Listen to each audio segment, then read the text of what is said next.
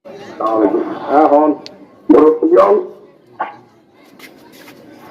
রহনুমায় শরীয়ত এবং তরিকত পীরে কামেল পাঁচকালের কৃতি সন্তান আর গন্ডাবড়ার রত্ন আর গন্ডা কলেজ জানে দিয়ে ভিত্তিগ্রস্ত করাইলাম আর সত্যিও সম্মানিত ব্যক্তিত্ব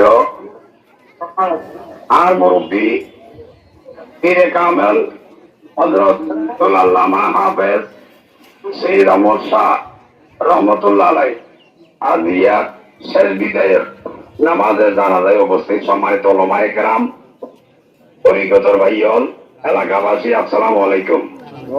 আয়টা হাত মানার কারণে এবং দিনের 12টার আগুদি ডাহাতুল সিটাগাং ওয়াদার জনিত কারণে কোনো ফ্লাইটের টিকিট না বাইরে আইন বাড়ি দিয়ে আন্তরিকভাবে দুঃখিত। আর আল্লাহ পাক রব্বুল আলামিনের দরবারত আর হুজুরর জান্নাতত আলা মাকাম কামনা করি। আল্লাহ যেন আল্লাহর সরকার পাক সাল্লাল্লাহু আলাইহি সাল্লামর নালাইন শরীফের উসিলায় আর হুজুর সৈয়দ শাহ রহমতুল্লাহ আলাইহির জান্নাতুল মাকাম দান করে এবং হযরত সৈয়দ শাহ রহমতুল্লাহ আলাইহির উসিলায় এই জানাজায় উপস্থিত সম্মানিত মুসল্লিয়ানে কেরাম এবং আর যারা গুনাহগার আছি আর গুনাহটা যেন আল্লাহ মাফ করে।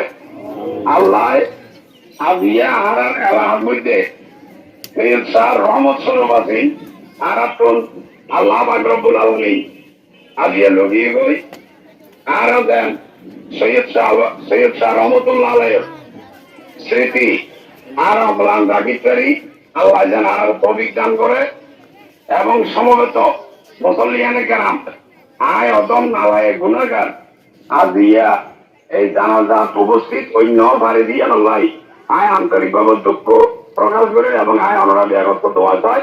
আসসালামু আলাইকুম ওয়া রাহমাতুল্লাহি ওয়া বারাকাতুহু।